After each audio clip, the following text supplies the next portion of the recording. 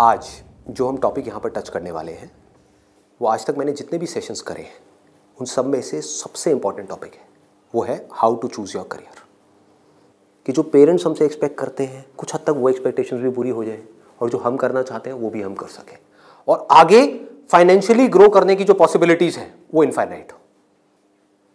इससे पहले कि मैं आप लोगों को बताऊं कि ये चीज़ कैसे होगी या हमको क्या करना है, इसके लिए मैं आप लोगों से जानना चाहूँगा, आप लोग अपना करियर कैसे चूज़ करते हैं? सर हम करियर चूज करते हैं जो हमारे पेरेंट्स आपस में सोचते हैं, जो बनना चाहते हैं वो सोचते हैं कि इसमें हमारा चिल्ड्रन फाइनेंशियली सही सक्सेसफुल हो सकता है और हो सकता है वो हमारे दिमाग में पहले से बचपन से सेट कर देते हैं कि आपको ये बनना है। और हम छोटे होते हैं तो हम सोचते हैं कि यही हमारे लिए अच्छा ऑप्शन होगा, इसमें सक्सेसफुल हो सकते हैं। फिर वो बच्चे वही करने लग जाते हैं और फिर ये 90% बच्चे इससे चुनते हैं। मोस्टली क्या होता है कि फ्रेंड सर्कल के दबाव में आके लोग भेड़ चाल में आके कर लेते हैं, फ्रेंड ये करना तो हम भी ये करते हैं। सर बेसिकली जो होता है वो पेरेंट्स हमारे बोलते हैं कि 2 साल पहले उसने वो करा था, आज वो सक्सेस है। वो जो है तेरे बड़े भैया जो है वो आज यूएस में बैठे हैं, ये जॉब कर रहे हैं। तो बेसिकली ये कहते हैं कि तू भी ये कर ले, तू भी उसकी तरह स्टैंड हो जा। कोई इंटरेस्ट के बारे में बात नहीं करता कि हमारा इंटरेस्ट किसमें है किसमें नहीं है। तो सर वो पेरेंट्स जब हमसे पूछते हैं कि आप ये नहीं करना वो नहीं करना तो बताओ क्या करना है, तो सर कई बार ये भी होता है कि हमारे पास ये जवाब नहीं होता, हम क्या करें, हमें यही नहीं पता होता।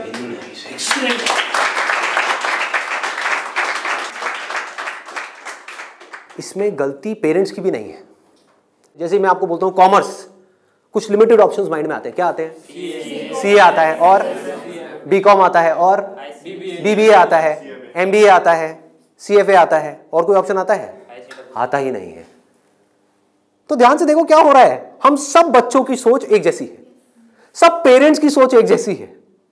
तो ये पेरेंट्स की सोच किसने बनाई? क्या उनकी गलती है? इस पूरी की पूरी सोसाइटी ने मिलकर बनाई। पेरेंट्स की सोच बनी और पेरेंट्स से बचपन से आज तक जो उन्होंने सुना देखा करा वहां से आपकी सोच बनी आपके पेरेंट्स से। तो अल्टीमेटली आप में और आपके पेरेंट्स में कोई फर्क नहीं है, उनको ब्लेम मत करो, आपकी सोच भी उनके जैसी ही है। अगर नहीं है तो बताओ कोई और ऑप्शंस। नहीं आते ना माइंड में? साइंस में बोलता हूं, साइंस बैकग्राउंड, क्या ऑप्शंस आते हैं माइंड में? इंजीनियरिंग। इंजीनियरिंग में भी क्या आता है? जैसे इंजीनियरिंग वर्ड आता है क्या आता है माइंड में? आईआईटी आता है, ठीक है। मेडिकल में क्या आता है? एमबीबीएस, सर्जन्स, और कुछ? नो सर, बस यही है। देखो हमारी सोच कितनी लिमिटेड हो गई है, माइंड में कुछ आता ही नहीं है तो करेंगे कैसे? आपके माइंड में कुछ आएगा तभी तो वो चीज होगी। अगर माइंड में हिमालय नाम का पहाड़ होगा तभी तो उस पर चढ़ोगे। माइंड में हिमालय है ही नहीं तो कैसे चढ़ोगे? वहां तक जाना तो बहुत दूर की बात है। क्या करोगे? तो क्या होगा आपके साथ में? वही जो उन सब लोगों के साथ में हो रहा है जिनकी सोच ऐसी है। अपने आसपास में देख लो क्या हो रहा है उन लोगों के साथ में। अगर हम चाहते हैं हमारे साथ में कुछ अलग हो तो हमें क्या करना पड़ेगा? अपनी सोच को तोड़ना पड़ेगा। सबसे पहले समझेंगे कि एग्जैक्टली हो क्या रहा है, फिर ये देखेंगे कि हम क्या कर सकते हैं और क्या करना है। इसको आप पीछे सर्कुलेट कर दीजिए।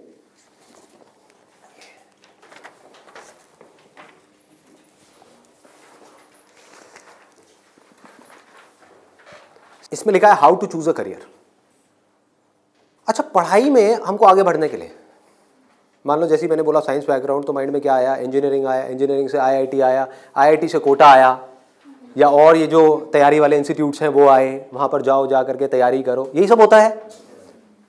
तो अब अगर आपको इस रास्ते पे सक्सेसफुल होना है, कि मतलब आपको आईआईटी में पहुँचना है, आईआईएम्स में पहुँचना है, मेडिकल में टॉप कॉलेज में पहुँचना है, तो क्या चाहिए? हार्डवर्क से काम हो जाएगा।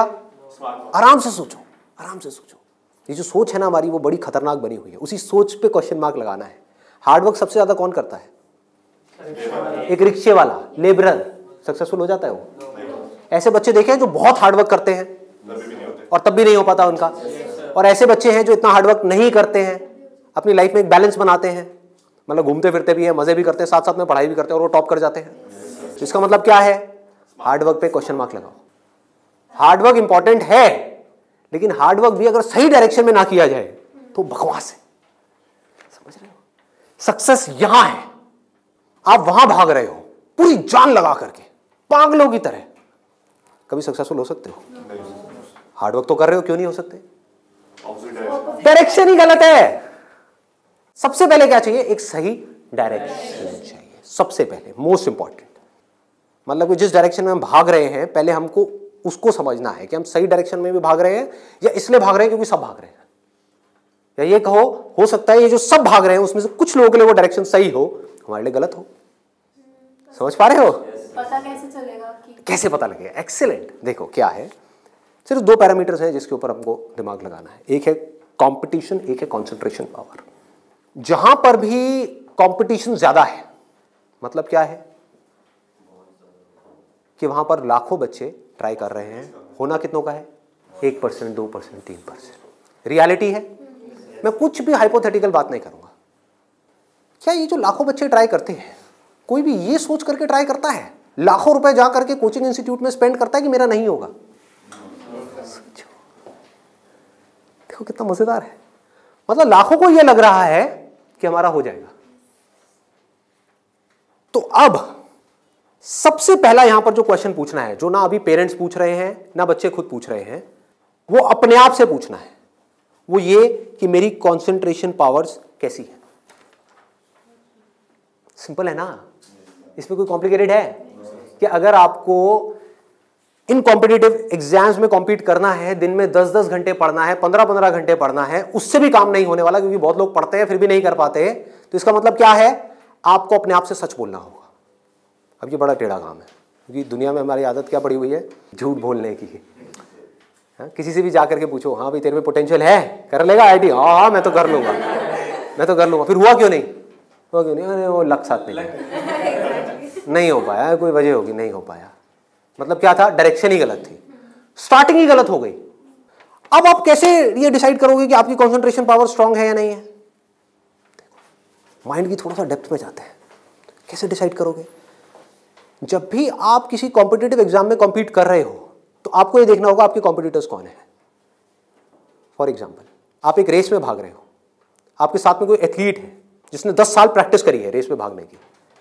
आप कभी नहीं भागे, धीरे धीरे जॉगिंग करी है, लेकिन रेस में कभी तेज नहीं भागे। जीत पाओगे उससे? करो हार्डवर्क। वो 10 साल से भाग रहा है और वो रुकने वाला नहीं है, उसके पास में पूरा का पूरा एक मोमेंटम है। वो अगले 2 साल तक भी ऐसे ही भागने वाला जैसे वो 10 साल से भागता आया है। आप अभी भागना शुरू कर रहे हो। तो पहले अपनी कंसंट्रेशन पावर्स को कंपेयर करना है किसी और के साथ।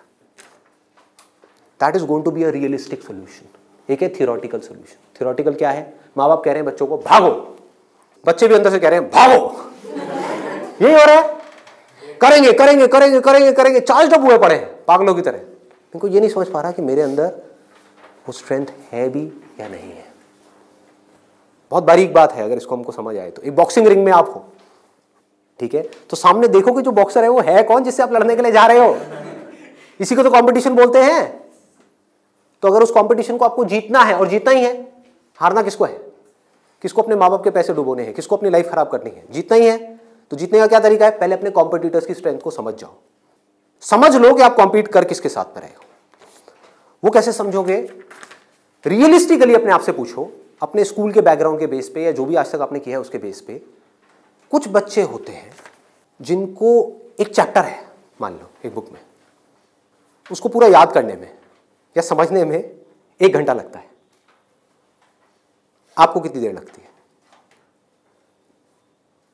5 घंटे, 6 घंटे, 10 घंटे या आधा घंटा? ये पूछो अपने आप से। Then you will be able to जज your strength in comparison to your competitors. ये जो 13 लाख बच्चे हैं, इसमें से 10% बच्चे ऐसे हैं जिनकी कंसंट्रेशन पावर्स एक्स्ट्रा ऑर्डिनरी है। उनसे अगर आप कॉम्पीट कर रहे हो तो एटलीस्ट आपकी कंसंट्रेशन पावर्स एक्स्ट्रा ऑर्डिनरी होनी ही चाहिए। और कंसंट्रेशन पावर एक दिन में एक्स्ट्रा ऑर्डिनरी नहीं होती है, ये प्रैक्टिस है। मतलब उन्होंने कई सालों तक इसकी प्रैक्टिस करी है, तब जाके उनकी कंसंट्रेशन पावर एक लेवल तक पहुंची है। तो आप अपने आप से ईमानदारी से सवाल पूछो तो सही कि आपकी कंसंट्रेशन पावर है कैसी। अगर एक्स्ट्रा ऑर्डिनरी है और आप ऐसे कंपटीशन में जा रहे हो जहां पे कंपटीशन बहुत हाई है, तो आपके सक्सेसफुल होने के क्या चांसेस हैं? क्या 100% है? पूछो अपने आप से, दिमाग को खोलो। दिमाग बंद हुआ पड़ा है लोगों का। IIT में लोग कहाँ से आते हैं? सिर्फ दिल्ली से आते हैं, सिर्फ बॉम्बे से आते हैं? कहाँ से आते हैं? ऑल ओवर इंडिया से। मान लो 1 लाख बच्चे ऐसे हैं इंडिया में अलग अलग स्कूल्स में जो अपनी अपनी क्लास में टॉपर हैं। उनको क्या लग रहा है कि मेरी स्ट्रेंथ बहुत तगड़ी है। ये बात हो रही है टॉपर्स की। लेकिन जब वो जाएंगे कॉम्पीट करने तो और भी ऐसे टॉपर्स आए होंगे जो उनसे भी आगे होंगे। आप समझ गए? तो यहां पे आपने क्या किया? एक बहुत बड़ा काम कर दिया, अपने आप से सच बोल दिया और यही सच जा करके अपने घर वालों को बोल दिया। इससे क्या होगा? आप एक ऐसे कंपटीशन से बच सकते हो जहां पर आपके हारने के चांसेस बहुत ज्यादा है, क्योंकि एक्चुअल में कंपटीशन है किसके बीच में? देखो, उन लोगों के बीच में जिसमें पोटेंशियल है। एक रेस हो रही है ओलंपिक्स में, वो किसके लिए है? जिसने बहुत प्रैक्टिस करी है, जिसके अंदर पोटेंशियल है, स्टैमिना है, फोकस करने की पावर्स है, डिस्ट्रैक्शन से वो अपने माइंड को हटा सकता है, उसके लिए है ना। सबके लिए तो नहीं है। अगर सबको भगा दिया जाए उस रेस में तो क्या होगा? क्योंकि उसमें जीतने के बाद गोल्ड मेडल मिलता है, अखबार में फोटो आती है। अखबार में फोटो आती है ना, इन कोचिंग इंस्टीट्यूट्स की फोटो आती है, नाम लिखे होते हैं, ऑल इंडिया रैंक ये है, ये है, ये है। उसको देख करके क्या होता है माँ बाप की हालत? उनको उसकी फोटो नहीं दिख रही होती, अपने बच्चे की फोटो दिख रही होती है। यहाँ पे आने वाले इतने साल बाद मेरे बच्चे की फोटो होगी, मेरी बेटी की फोटो होगी, उसकी ये रैंक होगी। यहाँ से क्या हो रहा है? हम अननेसेसरी अपनी एक ख्याली दुनिया खड़ी कर रहे हैं। पेरेंट्स ने अपने दिमाग में एक ख्याल बना लिया। अब यहाँ तक प्रॉब्लम नहीं है, उन्होंने वही किया जो होना था, सबके साथ होता है, कौन नहीं चाहेगा? गड़बड़ कहाँ हुई? आप भी इस खेल को नहीं समझ पाए, आप समझ ही नहीं पाए हो क्या रहा है। ये जो कोचिंग इंडस्ट्री है आज की डेट में 1.5 लाख करोड़ की इंडस्ट्री है। ये पैसा कहाँ से आ रहा है? हम सब से आ रहा है, हमारी जेब से आ रहा है। तो अगर इस खेल को हम समझ जाएं, हमारे पेरेंट्स नहीं भी समझ पा रहे क्योंकि वो तो सपने देखेंगे ही, और हम जाकर के बोले ये सपना आप अभी रोक दो, उन पे लगाम लगाओ, देखो पहले कि आपका बच्चा कहाँ स्टैंड करता है। गाड़ी आपके पास में 800 और कॉम्पीट करने की बात कर रहे हो फेरारी वालों से, बट इसका मतलब ये नहीं है 800 बुरी है। आप समझ गए मेरी बात? रेस में बुरी है, बट दिल्ली की सड़कों पे, पुरानी दिल्ली में फेरारी अच्छी है, 800 अच्छी है, 800 अच्छी है, ज्यादा सक्सेसफुल है। बट वही अगर उस रेस में चली जाए जिसमें सब भाग रही हैं और सारी 800 नहीं है, फेरारीज है, एक से एक फेरारीज है, किसमें कितनी आग लगी हुई है वो आपको पता ही नहीं है। आप समझ पा रहे हो? कोई आ रहा है कहीं से, उस बच्चे में कितनी आग है और कितना पोटेंशियल है वो आप सपने में भी नहीं सोच सकते, और आप उससे लड़ने की बात कर रहे हो। किस बेस पे? क्योंकि मेरे घर वालों ने ये सपना देखा है और मुझे सपने को सच करना है। पोटेंशियल है या नहीं है? पूछो अपने आप से, तो आपको क्लियर कट जवाब मिलेगा। क्लियर कट 10% लोग ऐसे होते हैं जिनमें एक्चुअल में पोटेंशियल है इन एग्जाम्स में कॉम्पीट करने का। तो if you are there in that top 10% category, तो अब आपका हार्डवर्क यहां पे काम आने वाला है। Depending upon your hard work, बशर्ते आपके अंदर पोटेंशियल हो।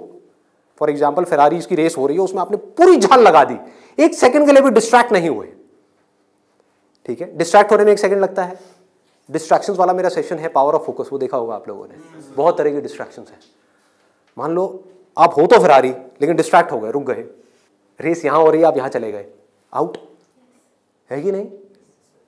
तो आपको पूरी तरह से फोकस्ड रहना पड़ेगा, हार्डवर्क करना होगा, डेडिकेशन चाहिए, डिजायर चाहिए, सब कुछ चाहिए। लेकिन सबसे पहले क्या चाहिए? इंजन में दम होना चाहिए, अंदर वो पोटेंशियल होना चाहिए, एक्स्ट्रा ऑर्डिनरी कॉन्सेंट्रेशन पावर्स होनी चाहिए। ये बात हमको समझ क्यों नहीं आ रही है? अब क्यों चाहिए कॉन्सेंट्रेशन पावर्स? कभी सोचा है?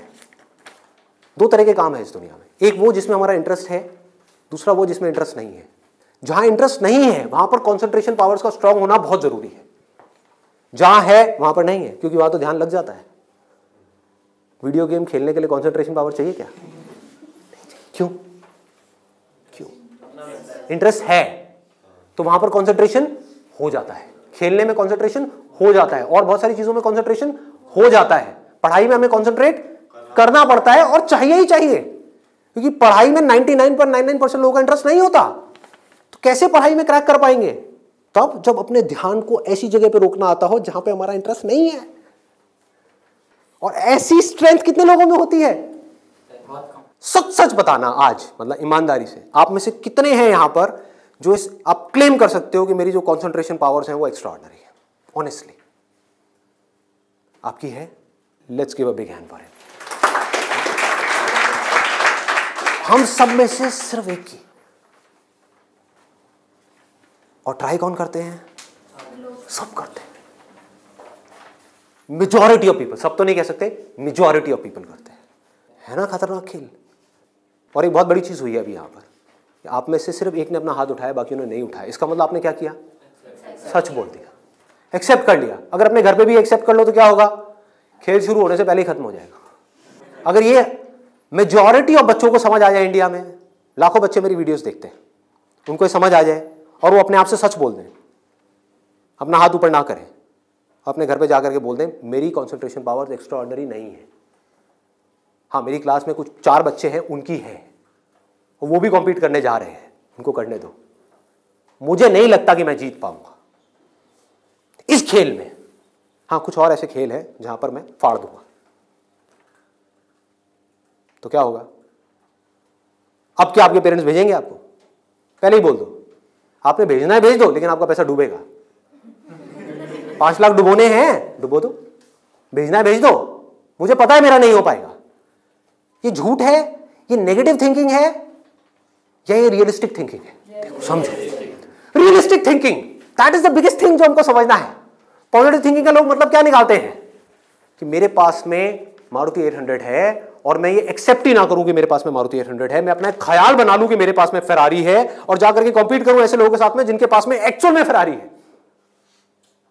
फर्क पता लग रहा है? और ऊपर से अपने आप को पॉजिटिवली अंदर से मोटिवेट करता रहा हूं। घर वाले भी मुझे रोज फोन करके, नहीं बेटा तू कर सकता है, कर सकता है, कर सकता। रियलिटी को देखो ही ना, अपनी स्ट्रेंथ को देखो ही ना, अपनी आंखें बंद कर लो, सच बोलो अपने आप से। जीत सकते हो तो लड़ो, नहीं जीत सकते तो कोई ऐसी जगह पे जाओ जहां पे आप जीत सकते हो, या बेटर स्टिल जहां पे कोई कंपटीशन ही ना हो। आगे बढ़ते हैं। दूसरा क्या है? ये तो हो गई पहली कैटेगरी, एक्स्ट्रा ऑर्डिनरी, जो यहां पर अभी कोई भी नहीं मिला, सिर्फ एक मिला है। दूसरा है ऑर्डिनरी। 90% लोग एक क्लास में, 90% स्टूडेंट्स इंडिया में वो इस सेगमेंट में आते हैं। अब मजे की बात क्या है, ये जो कोचिंग इंस्टीट्यूट्स हैं, इनकी दुकानें कैसे बच्चों से चल रही है? ऐसे बच्चों से। कुछ रोल मॉडल्स दिखा करके, देखो हमारे इंस्टीट्यूट से ये है, उन्होंने ये कर दिया, जनता को लेकर के आएंगे, जितनी ज्यादा भीड़ आ जाए उतना अच्छा। तो इस पूरी प्रॉब्लम को अगर सॉल्व करना है तो कौन करेगा? एक स्टूडेंट ही कर सकता है। आप चाहो तो स्टैंड ले सकते हो। स्टैंड मतलब क्या? सच बोल दो। ऑर्डिनरी लोग 90% ये कहां जा रहे हैं? हाईली कॉम्पिटिटिव फील्ड्स में जा रहे हैं। क्यों जा रहे हैं? क्योंकि सब जा रहे हैं, क्योंकि उन्हें लग रहा है कि मेरा हो जाएगा। मैं ये नहीं कह रहा कि अगर आप ऑर्डिनरी हो और एक हाई कॉम्पिटिशन वाली फील्ड में जा रहे हो तो आपका नहीं होगा। I am not saying that the possibility is 0%, I am saying possibility is 1%। Genuine है वो भी तब है अगर आप मेहनत करो तो। अगर वहां जाकर के मेहनत ही ना करो तब तो बिल्कुल नहीं होगा। अगर आप बहुत मेहनत करो तो 1%। क्योंकि मैं हिम्मत नहीं तोड़ूंगा ऐसे लोगों की। लाखों ऐसे स्टूडेंट्स हैं जो आज की डेट में ऐसा कर रहे हैं। बट ये वीडियो मैं सिर्फ अभी करंट सिचुएशन के लिए नहीं बना रहा, मैं आगे तक देख रहा हूँ।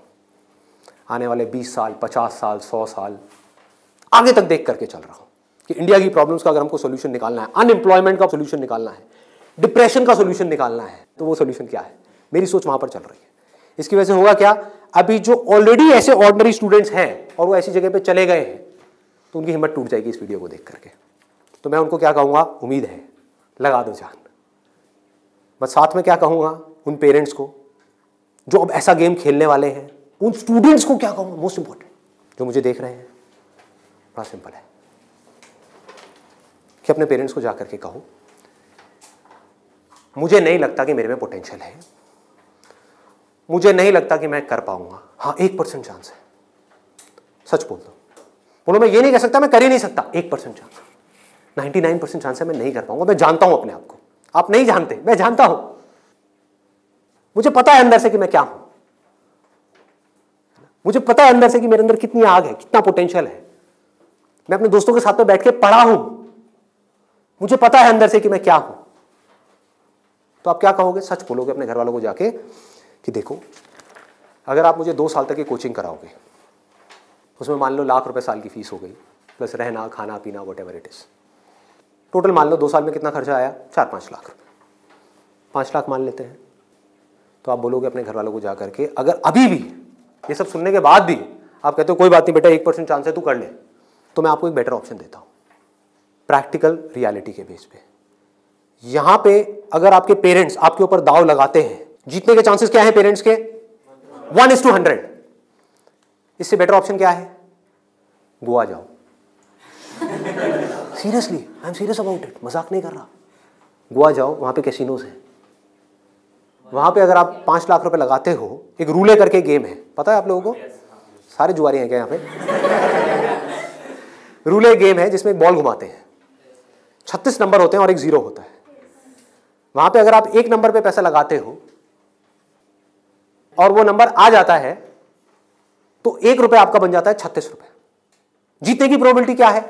1:37। यहां पर क्या है? 1:100। वहां पर क्या है? 1:37, मतलब इससे डबल से भी ज्यादा है। तो अपने पेरेंट्स को सजेशन दो कि जुआ खेलना ही है तो ये बेटर ऑप्शन है, खेलते हैं ना। मेरी जिंदगी क्यों दांव पे लगा रहे हो? मुझे तो बचने दो। अरे खेलना है तो मिलके खेलते हैं। जाओ अपने पेरेंट्स के साथ में, उनको गोवा लेकर के जाओ, अपनी पार्टी करना, और एक दिन जाना ले आकर के 5 लाख रुपए एक टेबल पे रख देना। अगर वो नंबर आ गया तो कोई भी नंबर चूज कर लो। आपके पेरेंट्स चाहते हैं आप नंबर 1 पे आओ, ऑल ओवर इंडिया में आपकी नंबर 1 रैंक आए, तो 1 नंबर पे पैसा लगाओ जुए में। वहां भी 1 नंबर पे पैसा लगा रहे हैं, यहां भी 1 नंबर पे पैसा लगाओ। अगर वो 1 नंबर आ गया तो कितना मिलेगा? 5 लाख का 1,80,00,000। 1,80,00,000 उसको उठा करके बैंक में एफडी कराओ। कितना इंटरेस्ट आएगा? 12%। तो अब टाइम गया। आप मान लो टैक्स वैक्स काट के 7-8% भी आ गया आपके हाथ में। महीने का 1,00,000 रुपए, साल का 12 लाख रुपए।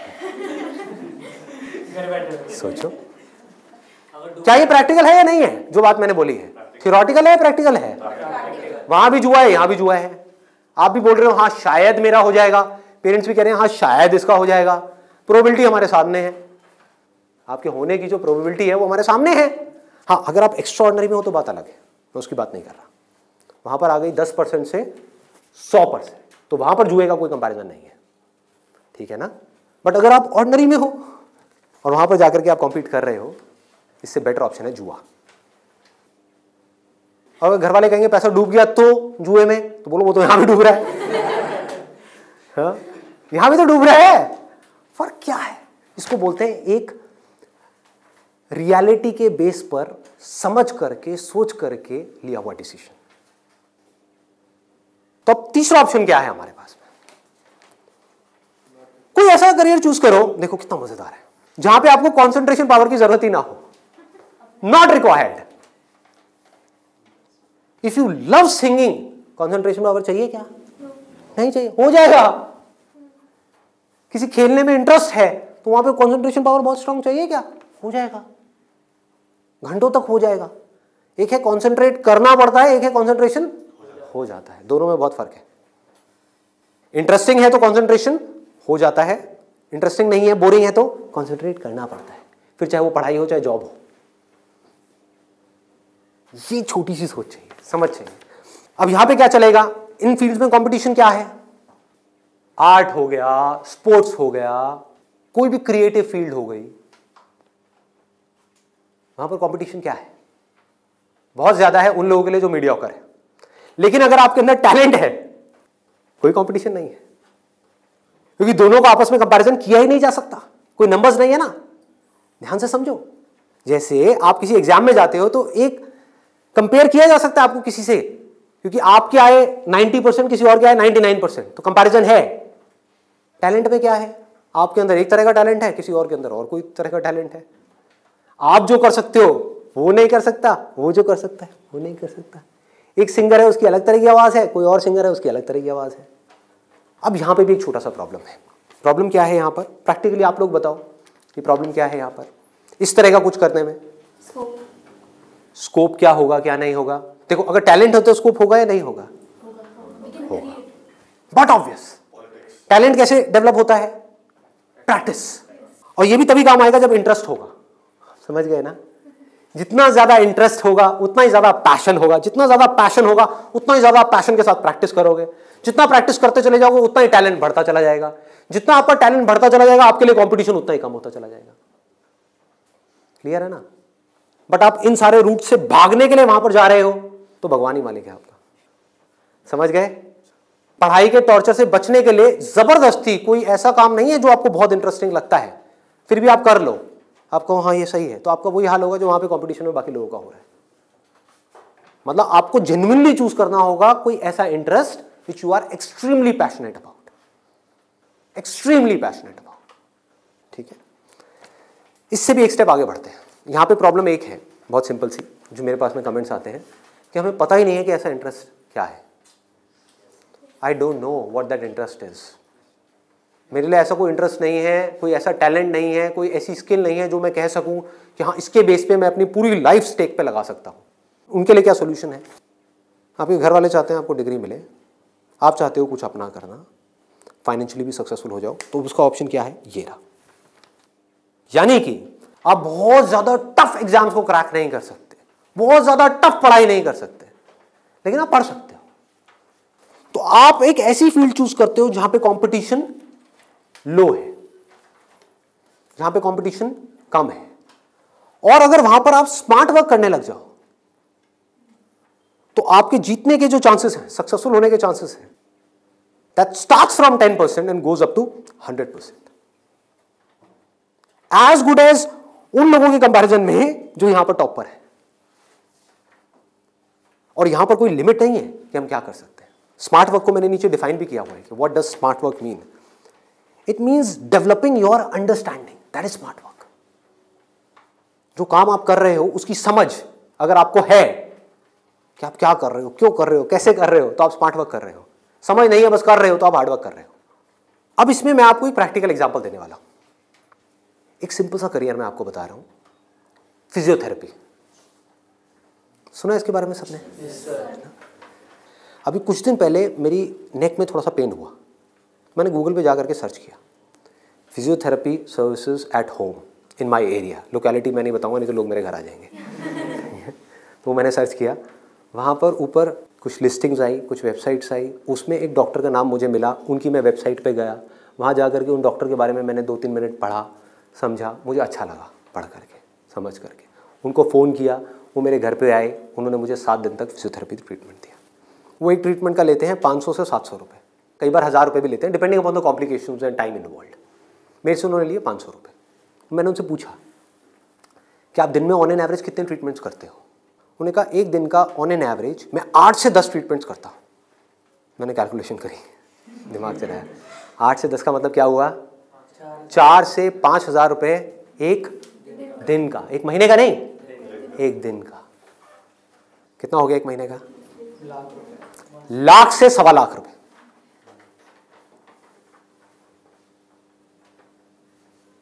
अभी उनको 4 साल हुए अपनी फिजियोथेरेपी करे हुए। ये नहीं है कि 40 साल हो गए, 4 साल। समझ रहे हो क्या किया उन्होंने, कैसे किया उन्होंने? वो सब आ जाता है स्मार्ट वर्क के अंदर। उन्होंने हार्ड वर्क नहीं किया, स्मार्ट वर्क किया। ज्यादातर लोग क्या करते हैं, एक हाईली कॉम्पिटिटिव फील्ड के अंदर जाकर के कॉम्पीट करते हैं, वहां होता है नहीं, जाकर के किसी लोकल कॉलेज में फंस जाते हैं, वहां से निकल करके जॉब के लिए धक्के खाते हैं। इसके आगे सोच बढ़ ही नहीं पाती है।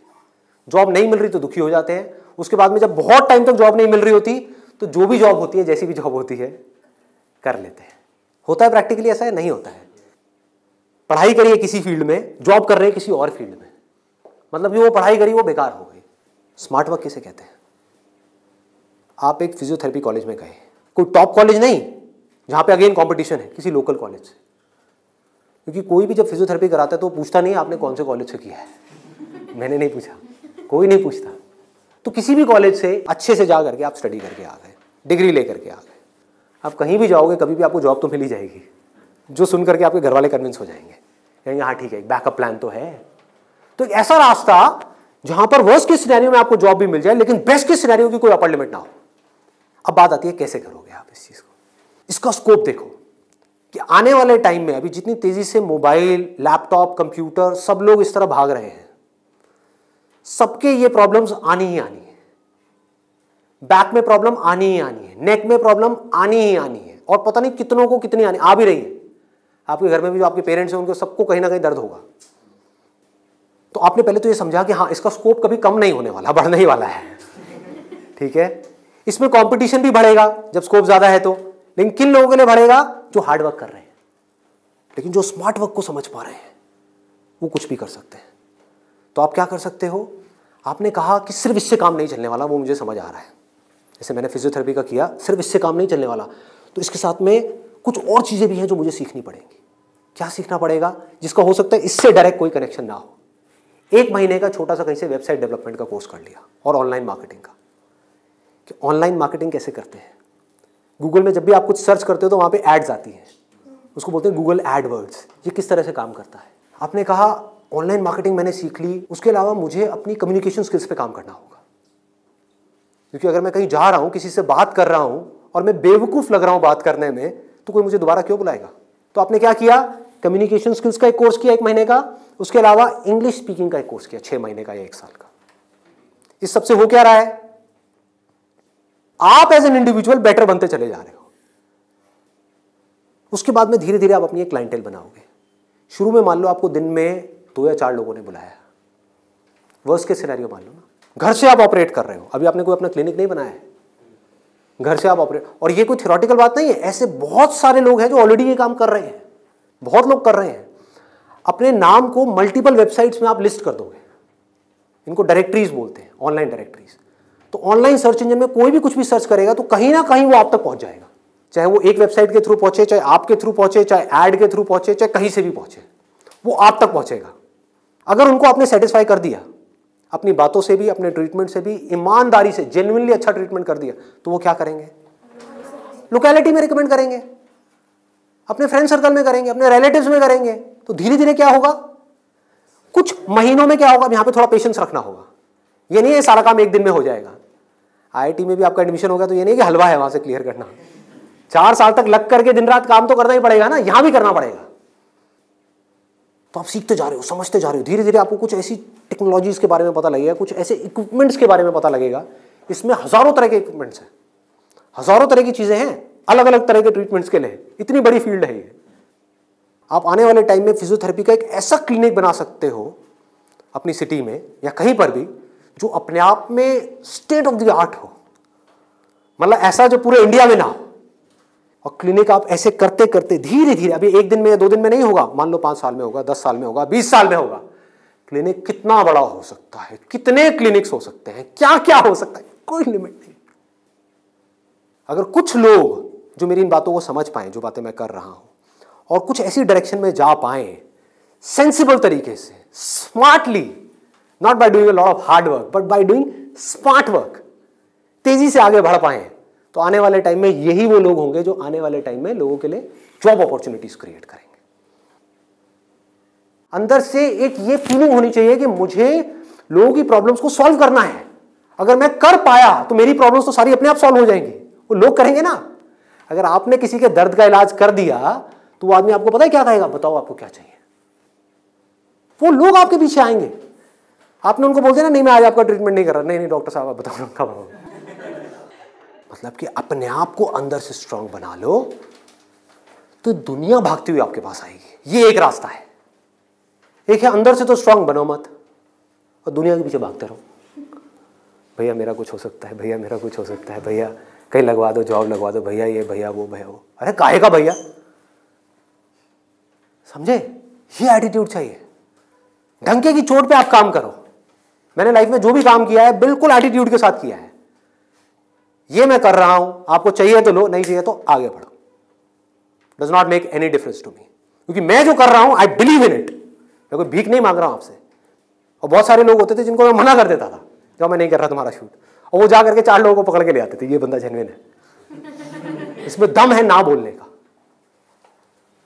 वो दम कहां से आता है? सोच से आता है।